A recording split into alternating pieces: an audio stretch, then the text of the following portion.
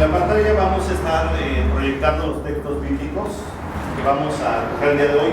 Son varios, entonces para que no perdamos tiempo de estarlos buscando, los vamos a proyectar en la pantalla.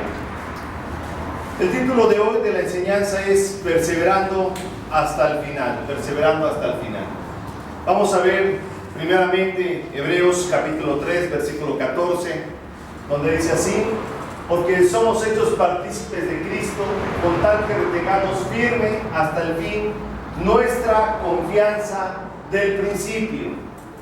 Y también vamos a leer capítulo 6, versículo 11. Pero deseamos que cada uno de vosotros muestre la misma solicitud hasta el fin, para plena certeza de la esperanza. Estos dos versículos que encontramos en el libro de Hebreos en relación a la fe, nos dice claramente que es muy importante que nuestra fe permanezca, así como desde el inicio hasta el fin, y que esa fe no disminuya, ni sea menguada, ni se acabe. Todos nosotros cuando nos convertimos, tuvimos fe en Jesús, en que Él murió en la cruz por nosotros, y esa fe nos llevó a enamorarnos de Él, nos llevó a conocer de su palabra, nos llevó a depender de su palabra, pero esa misma fe debe de permanecer hasta el final. ¿En qué creemos o cuál es nuestra fe desde un principio? Tenemos promesas de parte de Dios y bendiciones.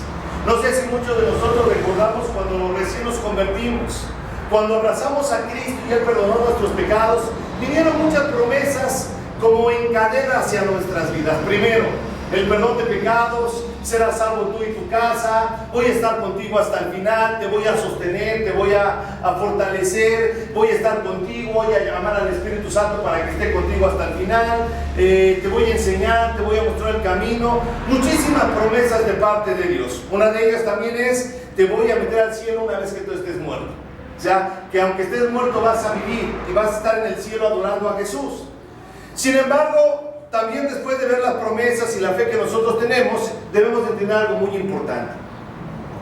En la vida, mientras nosotros vamos en ese caminar para llegar al cielo y estar con Jesús, en la vida van a existir problemas. Y eso no los podemos evitar. Mientras seamos cristianos y estemos encaminándonos hacia el cielo para tener en la eternidad paz y gozo con el Señor, mientras nosotros estemos aquí en vida, vamos a pasar por diferentes dificultades y también tentaciones para nuestra vida. Incluso en algunas etapas de nuestra vida puede venir como una tentación a que nuestra fe sea menguada o que sea titubeada por los diferentes problemas en los cuales vivimos. Como seres humanos seguimos en esta tierra, seguimos pasando dificultades. Hay momentos difíciles económicos, hay momentos difíciles en nuestras relaciones y en nuestra vida en este mundo, y a veces también pues ciertas dificultades por ser cristianos. Sin embargo, nuestra meta como cristianos es llegar al cielo, y ese es el premio por la perseverancia. O sea, llegar hasta el fin tiene un premio, y esa es la certeza que nosotros tenemos. O sea, nosotros deseamos, dice, que cada uno de nosotros muestre la misma solicitud. ¿Hasta cuándo? Hasta el fin. Que esa misma solicitud nosotros la mostremos hasta el fin, para plena certeza de la esperanza que nosotros tenemos. Para plena certeza de esa esperanza. Entonces, qué importante, no sé si tengo problemas en el micrófono, pero qué importante es que nosotros mostremos esa solicitud de fe desde un principio hasta el fin, y esa es nuestra certeza. Si no, déjalo para no interrumpirnos mucho. Pero es muy importante entender que, primero, nosotros tenemos la fe, tenemos que perseverar hasta el final y tener una certeza, dice ahí, una certeza de las bendiciones y de las promesas para nuestra vida. Dice Mateo capítulo 24 del versículo 11 al 13: y muchos falsos profetas se levantarán y engañarán a muchos, y por haberse multiplicado la maldad, el amor de muchos se enfriaría. Mas el que persevera hasta el fin, este será salvo. ¿Qué nos está diciendo la Escritura? Que en este caminar, en estos últimos tiempos que vivimos, dice que la maldad de muchos se iba a multiplicar, o la maldad de este mundo se iba a multiplicar. O sea que lo que nosotros íbamos a ver a nuestro alrededor en los tiempos finales era la maldad multiplicada. Si antes veíamos, por ejemplo, a un homosexual o a dos homosexuales y nos parecía cosa extraña verlos. Estoy hablando de mi adolescencia, y era algo extraño ver a un homosexual porque no los veías comúnmente. Era extraño verlo, y cuando tú lo veías, hasta lo veías con espanto porque no era común. Pero el día de hoy los vemos por todos lados y lo ven como algo ya común, y hacen sus marchas y hacen sus mítines desnudos prácticamente o con posiciones sexuales, y la gente lo ve como algo normal. Significa que la maldad se ha multiplicado.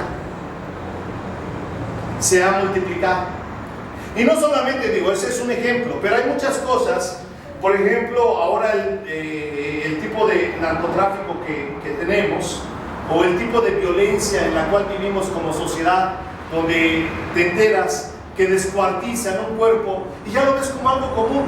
Anteriormente, el escuchar que encontraban a una persona colgada en un árbol, o que se había ahorcado, o escuchar la noticia de que alguien habían matado por un balazo, o le habían entrado un cuchillo, lo habían matado, era como que algo que espantaba, y decíamos: ¿qué está pasando en nuestra sociedad? ¿Por qué mataron a una persona de esta manera? El día de hoy escuchamos día con día, diario, que encontraron descuartizados, que les cortaron las cabezas, que hay personas muertas, y que encontraron una fosa con tantas personas, y eso ya se nos hace algo natural, y hasta acostumbrados a la maldad, porque es tan común que el día de hoy ya nos es normal escuchar ese tipo de noticias. Ya prácticamente estamos tan acostumbrados a escuchar todo eso que ya nos acostumbramos a escucharlo. O sea, ya es algo común. Entonces, vemos que la maldad se ha multiplicado. Ahora, ¿qué pasa cuando la maldad se multiplica? Dice ahí: el amor de muchos se enfría. ¿Por qué? Porque como es atacada nuestra fe, nuestra confianza en Dios, porque se multiplicó la maldad y porque vemos mucha maldad a nuestro alrededor, nuestro amor a Dios o nuestro amor hacia el prójimo se va enfriando. Nos vamos volviendo insensibles y vamos perdiendo la capacidad como seres humanos y como cristianos de amar a la gente que está a nuestro alrededor. Nos vamos acostumbrando al dolor, nos vamos acostumbrando al sufrimiento, nos vamos acostumbrando a una sociedad violenta, de tal manera que a veces eso ya nos es común y nos vamos enfriando. El día de hoy muchos cristianos se van enfriando en su vida cristiana y ya lo empiezan a ver como algo común y se empiezan a acostumbrar a la sociedad. También al multiplicarse la maldad, dice: el amor de muchos se enfriaría, pero en el siguiente versículo, que es el 13, dice: mas el que persevera hasta el fin, este será salvo. Debe de haber una perseverancia en nosotros como cristianos. Una perseverancia. En el libro de Apocalipsis, nada más en el capítulo 1 y 2, que es el último libro de la Biblia, dice 7 veces: al que venciere. Al que venciere. Las promesas de Dios es al que vence, al que venciere. Y el cristiano tiene que tener una vida reteniendo esa fe desde un principio. ¿Y de qué manera vamos a retener nuestra fe? Marcos capítulo 8, versículos 34 al 36, dice así: y llamando a la gente y a sus discípulos les dijo: si alguno quiere venir en pos de mí, niéguese a sí mismo, tome su cruz y sígame. Porque todo el que quiera salvar su vida la perderá, y todo aquel que pierde su vida por causa de mí y del Evangelio la salvará. Porque ¿qué aprovechará el hombre si ganare todo el mundo y perdiere su alma? ¿Qué aprovechará al hombre si ganare todo el mundo y perdiere su alma? Siguiente versículo, el 37, ¿no está? Ok. Es importante entender aquí lo que nos está diciendo la Escritura, que ¿qué le aprovecharía al hombre si retrocedemos un poco? ¿Qué le aprovecharía al hombre si ganara todo el mundo y perdiera su alma? Retroceder al 35, el que quiere salvar su vida la perderá, y todo el que pierde su vida por causa de mí y del Evangelio la salvará. De alguna manera vienen las dificultades, vienen los problemas, pero es importante perseverar. Y cuando tú quieres, de alguna manera, pierdes de vista la fe en tu vida cristiana, te puedes perder, y puedes perder el camino para seguir al Señor. Mateo capítulo 10, versículo 37 al 39. Ellos le dijeron: concédenos que en tu gloria nos sentemos el uno a tu derecha y el otro a tu izquierda. Siguiente. Entonces Jesús le dijo: no sabéis lo que pedís. Podéis beber del vaso que yo bebo y ser bautizado con el bautismo con que yo soy bautizado. Ellos dijeron: podemos. Jesús le dijo: a la verdad, del vaso que yo bebo beberéis, y con el bautismo con que yo soy bautizado seréis bautizados. ¿Qué nos está diciendo aquí la Escritura? No se trata de tener autoridades dentro del pueblo cristiano, sino que de alguna manera podamos entender que lo que vivió Cristo, eso quiere que nosotros también lo vivamos. Podréis beber de la copa que yo he bebido, podréis hacer lo que yo hago, ¿sí? Ser bautizado, porque yo soy bautizado, y seréis bautizados. O sea, una vivencia. Ahora sí, Lucas capítulo 14, versículo 27 al 27, del 25 al 27, dice: grandes multitudes iban con él, y viéndose les dijo: si alguno viene a mí y no aborrece a su padre y madre y mujer e hijos y hermanos y hermanas y aún también su propia vida, no puede ser mi discípulo. Y el que no lleva su cruz y viene en pos de mí no puede ser mi discípulo. No puede ser mi discípulo. Ahora el 33. Así pues, que cualquiera de vosotros que no renuncia a todo lo que posee no puede ser mi discípulo. ¿Sabes? Aquí no quiere decir que tú tengas que aborrecer a tu familia o que de alguna manera no te preocupes por luchar en obtener algo en esta tierra, porque eso es algo natural que el hombre tiene en su vida. Proveer para los de su casa, proveer para su familia, pensar en su hogar. Pero lo que realmente nos está diciendo Jesús aquí es que si tú antepones la voluntad de hacer la voluntad de Dios ante lo que tú deseas en tu corazón, entonces ahí es donde tú puedes estar mal, porque es muy importante el amor de Cristo. Y si no amamos a Cristo con todo nuestro corazón, con toda nuestra mente y con todas nuestras fuerzas, entonces podemos ser descalificados. Podemos ser descalificados. Por ejemplo, veamos el ejemplo de Pedro. Pedro era un israelita. Vamos a poner ese ejemplo. Pedro era un israelita, pero algo que diferenció siempre a Pedro de los demás discípulos, ese era un carácter particular que tenía Pedro. Pedro tenía un carácter recio. Era pescador. Imagínate el carácter de los pescadores. Personas que están acostumbrados a echar las redes, a jalar la red, a tener fuerza en su cuerpo. Y ese tipo de trabajo no es algo intelectual, no es algo que tenga que ver con escritorio, sino tiene que ver con algo físico. Y las personas que hacen trabajos físicos rudos como el de un pescador, su carácter se vuelven recios, duros, fuertes. Ese era el carácter de Pedro. Aproximadamente cuando Jesús llamó a Pedro, él tenía entre los 30 y 40 años aproximadamente. Y él recibe el llamado de seguir a Jesús. O sea, ya tenía una madurez física y decide seguir a Jesús.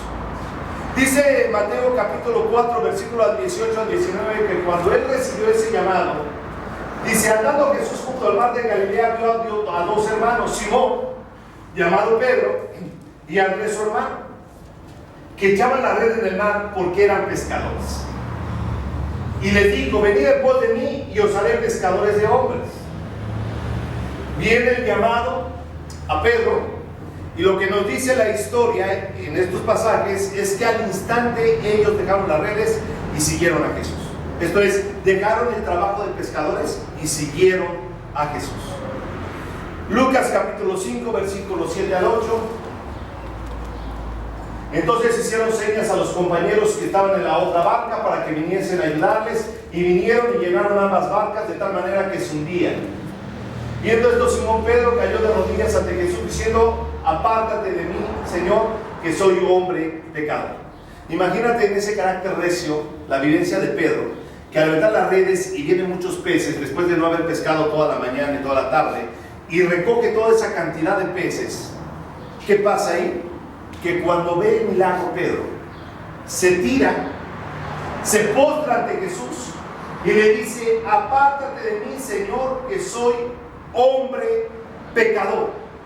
Había una convicción en su vida de ese hombre recio: soy un pecador, soy una persona que ha hecho cosas incorrectas, soy una persona que ha hecho cosas malas, y no puede ser posible, al ver este milagro, que el Mesías, el Hijo de Dios, esté aquí cerca de mí. Señor, apártate de mí, que soy hombre pecador.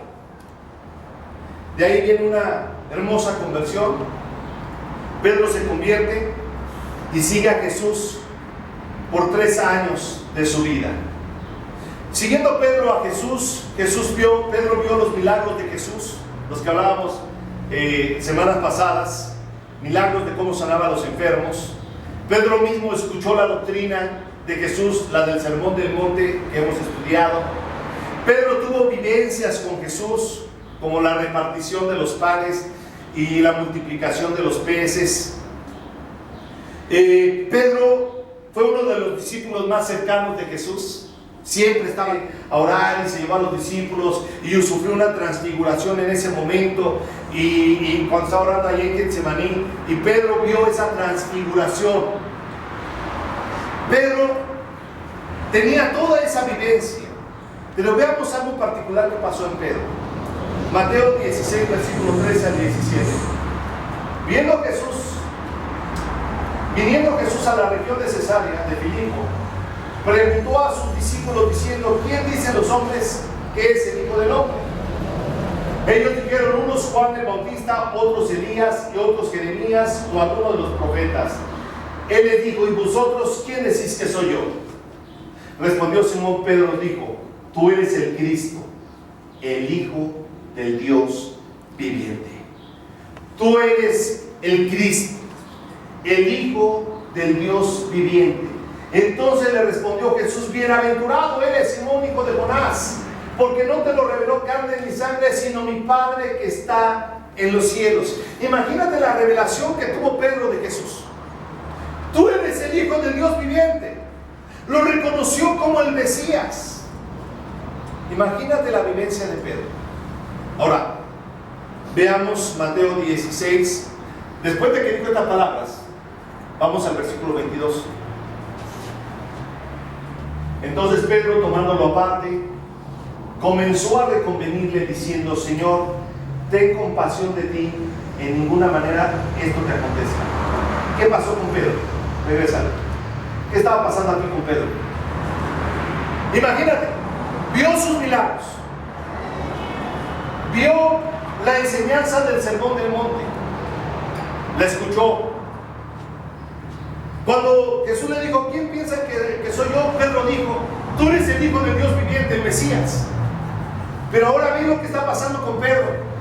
Un sencillo comentario habla de la desviación en su corazón, y cómo la fe y el amor que sentía por Jesús empezó a menguar, empezó a venirse abajo con esta respuesta: Señor, ten compasión de ti, en ninguna manera esto te acontezca. O sea, no vayas a la cruz, Señor, no vayas a morir, no tienes por qué pasar por este tipo de sacrificio. Su fe empezó a menguar. Versículo 23. Pero él, volviéndose, dijo a Pedro: quítate delante de mí, Satanás, me eres tropiezo, porque no pone la mira en las cosas de Dios, sino en las cosas de los hombres. Da una reprensión a Pedro. No es que le haya dicho a Pedro Satanás, sino más bien te estás dejando influenciar por el enemigo, porque el enemigo solamente te deja ver las cosas de este mundo y no te deja ver las cosas celestiales.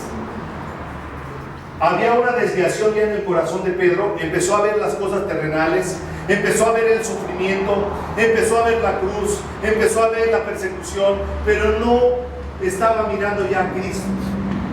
Había una desviación en su corazón, y Pedro estaba haciendo menguada su fe. Versículo 24. Entonces Jesús dijo a sus discípulos: si alguno quiere venir en pos de mí, hablando continuamente, niéguese a sí mismo y tome su cruz y sígame. Porque todo el que quiere salvar su vida la perderá, y todo el que pierda su vida por causa de mí la hallará. O sea, venía la persecución, venía el momento difícil, y les decía Jesús: Tienen que tener valor, porque si pierden el valor y dejan de ver las cosas celestiales, entonces van a perder su vida. Van a perder su vida. Juan capítulo 13, versículo 37 al 38.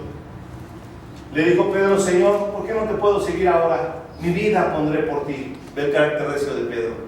Jesús le respondió: tu vida pondrás por mí. De cierto te digo, no cantará el gallo sin que me hayas negado 3 veces.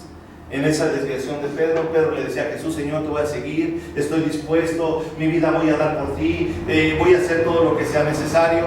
Pero Pedro ya está en una fantasía. Primero le había dicho: Señor, que nada de esto te acontezca. Luego le dice: te voy a seguir a donde quiera que sea. No, Pedro, ya tu fe ha sido menguada, has dejado de ver lo celestial. Ciertamente, en el momento de la prueba tú me vas a negar. Cuando llegue la prueba me vas a negar. Se te va a olvidar lo que estás diciendo. Se te va a olvidar lo que es caminar conmigo. Se te va a olvidar el camino estrecho. Y quiero decirte, hermanos, que así pasa con muchos cristianos. Podemos decirle a Jesús: te amamos y te queremos cuando las cosas están tranquilas, pero cuando las cosas se ponen difíciles, ahí es donde realmente nuestra fe empieza a fallar. Ahí es donde la fe empieza a menguar en nuestros corazones y muchos se cansan. Lucas 22, versículo 31 al 34. Dijo también el Señor: Simón, Simón, he aquí Satanás os ha pedido para zarandearlos como a trigo. Pero yo he rogado por ti que tu fe no falte, y tú, una vez vuelto, confirma a tus hermanos. Él le dijo: Señor, dispuesto estoy a ir contigo, no solo a la cárcel, sino también a la muerte. Y él le dijo: Pedro, te digo que el gallo no cantará hoy antes que tú niegues 3 veces que me conoces. Jesús le estaba hablando de su realidad. Pedro, no te engañes, no digas que me vas a seguir hasta la cárcel y hasta la muerte. No va a ser así, Pedro. No va a ser así. Estás con una fe por los suelos, pero una vez que recobres la fe, guía a tus hermanos. El día de la prueba, hermanos, el día de la prueba es importante no negar a Cristo. No negar a Cristo, hermanos, porque ahí es donde se acaba todo. Cuando niegas a Cristo, se acaba todo. Marcos 16, 7. Pero id, decid a sus discípulos y a Pedro que él va delante de vosotros a Galilea, allí le veréis, como os dijo. Significa que una vez que resucitó Cristo, se le presenta a Pedro, y entonces Pedro recobra su fe. Esto es, lo había negado, lo había traicionado, lo había negado 3 veces, había perdido toda esperanza, los discípulos se habían acobardado, pero una vez que fue muerto Cristo y resucita, se le aparece a Pedro y a todos los discípulos y les da ánimo. Juan capítulo 21, versículo 15 al 19. Cuando hubieron comido, Jesús le dijo a Simón Pedro: Simón, hijo de Jonás, ¿me amas más que estos? Le respondió, ve la actitud ahora de Pedro: sí, Señor, tú sabes que te amo. Él le dijo: apacienta mis corderos. En otras palabras, Jesús estaba pasando por alto ese momento difícil que había sentido Pedro y esa negación que él había tenido, y como diciéndole: mira, aquí estoy vivo, no se acabó todo, pero necesitas levantarte. Y le dice: Pedro, ¿me amas? Y él le dice: Señor, tú sabes que te amo, apacienta mis corderos. Versículo 16. Volvió a decirle la segunda vez: Simón, hijo de Jonás, ¿me amas? Pedro le respondió: sí, Señor, tú sabes que te amo. Le dijo: pastorea mis ovejas. Le dijo la tercera vez: Simón, hijo de Jonás, ¿me amas? Pedro se entristeció de que le dijese la tercera vez: ¿me amas? Y le respondió: Señor, tú lo sabes todo, tú sabes que te amo. Jesús le dijo: apacienta mis ovejas. Veamos la actitud ahora de Pedro. Aquel que tenía una actitud recia, ahora lo vemos como un corderito manso. Señor, tú sabes que te amo. Tú sabes que te amo. Jesús levantándolo, Jesús restaurando su vida, Jesús dándole ánimo. Y Pedro se levantó, se para por Cristo. Después en sus predicaciones en el libro de los Hechos ves cómo personas se empiezan a convertir, multitudes, miles de personas, miles de judíos. En su primera predicación 3,000 judíos se convierten a Cristo cuando él predica, porque había recobrado su fe, su esperanza en Cristo. Y cuando Pedro termina su carrera, dice la Escritura que a él lo crucifican de cabeza, porque él dijo: yo no soy digno de morir como mi maestro. Si me van a matar, dice la historia, que él dijo: crucifíquenme de cabeza. Y así sucedió. Termino con Hebreos capítulo 3, versículo 14. Porque somos hechos partícipes de Cristo, con tal que retengamos firme hasta el fin nuestra confianza del principio. Hermanos, que no falte nuestra fe, que no falte nuestra fe, que perseveremos hasta el final. En medio de las pruebas y en medio de las dificultades, de permanecer firme hasta el fin de nuestra confianza. Hasta el fin, la misma confianza que teníamos desde un principio, que sea hasta el fin. Y entonces recibiremos las promesas. Vamos a hacer una oración. Padre, te damos gracias en esta mañana por tu palabra, porque tú nos hablas. Te pido que nos des ánimo, fortaleza para seguir adelante. Señor, nuestra confianza está puesta en ti, Dios. Nuestra confianza está puesta en ti. Queremos seguir adelante, confiando en tu fortaleza, en tu sostén, Señor, en que tú eres quien hace todas las cosas. En el nombre de Jesús. Amén.